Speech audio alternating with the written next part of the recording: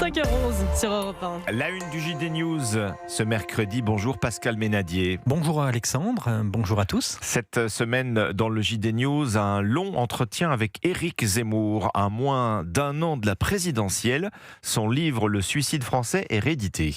Et oui Alexandre, c'est ce qui est intéressant, passionnant même, c'est qu'au fond cette interview raconte un destin, celui d'un ancien chroniqueur devenu candidat, d'un homme de télévision qui se métamorphose en chef de parti et d'un polémiste qui se transforme à sa manière en personnage de roman national.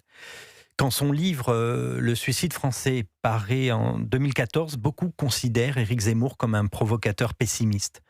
12 ans plus tard, une partie de ses analyses se retrouve au cœur du débat public, immigration, démographie, déclassement, crise de l'école, d'où sa volonté vraiment très claire de revenir au centre du jeu pour 2027. Et dans cet entretien, Éric Zemmour parle justement de la présidentielle.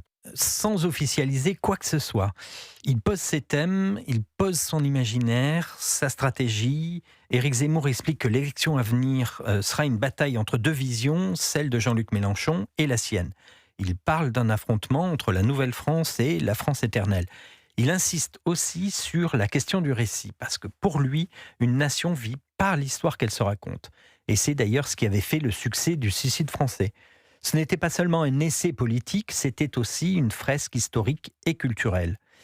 Il revient aussi sur le rôle de Sarah Knafo, qui apparaît plus que jamais comme la cheville ouvrière de sa stratégie. Il veut apparaître à la fois comme l'homme du diagnostic et celui de la reconquête. On voit aussi qu'Éric Zemmour veut envelopper son discours d'une aura littéraire. L'entretien porte aussi sur ce lien très français entre littérature et politique, sur cette tradition d'écrivain, homme d'État, qui va de Chateaubriand au général de Gaulle, en passant par Victor Hugo et Lamartine. Éric Zemmour est habité par la France. Il est sans doute le plus lettré de nos politiques, et nous avons eu le privilège d'aller chez lui, à Paris, où il vit entouré de volumes de la Pléiade, de bustes de Napoléon, et c'est la surprise de ce reportage de disques des Rolling Stones. Quoi d'autre cette semaine dans le JD News ? C'est un numéro richissime. D'abord, il y a un reportage passionnant à bord du Charles de Gaulle, dans le détroit d'Ormuz, alors que les tensions internationales restent extrêmement fortes. Et puis, il ne faut pas passer à côté de ce très beau portrait de Corinne de Bernardi, avocate et mère de 5 enfants, qui plaide pour un féminisme de la reconnaissance, de la maternité et de la transmission. C'est un sujet qui fait d'ailleurs écho aux inquiétudes démographiques qui sont évoquées dans l'éditorial de Laurence Ferrari. Puis il ne faut pas oublier les chroniques habituelles de Vincent Hervouette, Mathieu Bock-Côté et Philippe de Villiers.